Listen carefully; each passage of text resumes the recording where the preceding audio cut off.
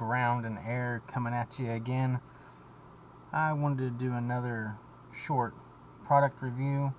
I have a DJI Phantom 3 Advanced that I fly, but I also have a Hubsan H501S that I toy with every once in a while, and I've seen some landing gear for it which would enable it to have a GoPro or a GoPro style camera mounted on the bottom of it. The camera that's on it it's alright during the daytime, but nighttime it doesn't see very well. Plus it doesn't have a gimbal or anything. It's hard mounted inside the quadcopter, so therefore the video is shaky.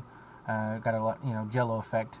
So I was looking at something to be able to mount a GoPro on it, maybe with a gimbal, 2-axis gimbal. So we'll go ahead and open that up and look at it. This is going to be the package that came in.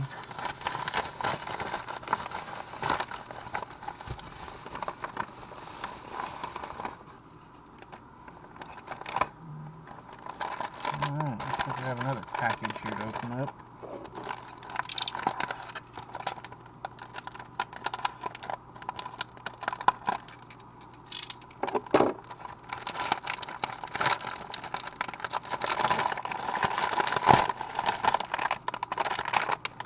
Oh boy, looks like a jigsaw puzzle.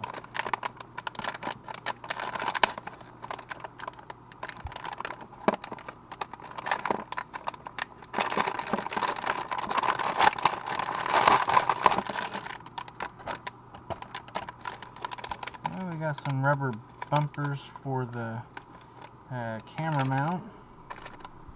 I got a camera cloth. That's nice. I wasn't expecting that.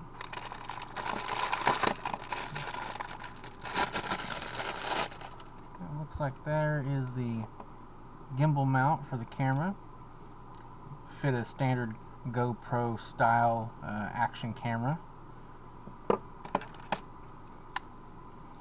Oh, here's the legs for it.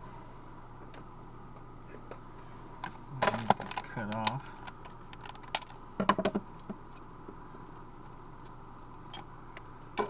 Alright.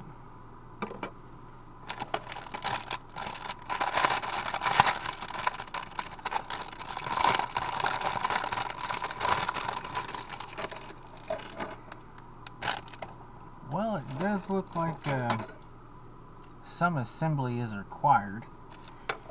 So I didn't see any instructions. So I'm going to go ahead and stop here and get this put together, and I'll let you look at it and see what it's like. So I'll see you in a moment. Alright, sorry about that delay. It proved to be a little of a pickle to get all this on there. You had to remove some of the smaller screws here towards the main frame of the quadcopter, and you replace them with these longer ones to hold the legs on there. As you can see, it does have a gimbal mount on there.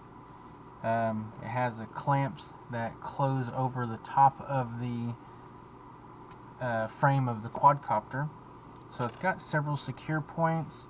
It came with little foam cushions to go on the bottom to kind of soften your landing if you land kind of hard. But overall, it kind of reflects of a probably a DJI style legs on it.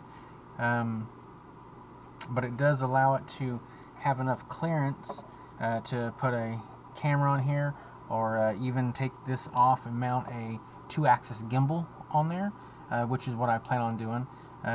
Putting a 2-axis gimbal on there for a little bit more stable video, because as you can see, the camera is here, and it doesn't give very good video in windy conditions. It's really jello-y, and the quadcopter likes to move around a lot in the wind. So therefore, I believe that this is going to be a pretty good setup for it. Give me a second quadcopter that would have a decent video on it to back up my DJI Phantom 3 Advanced. So as well as the other product reviews that I'm doing this weekend. I'll take this out, fly it, see what it does as far as durability, maybe get some video of it, and we'll let you guys know how this pans out, and we'll see you on the next video. Don't forget to like and subscribe.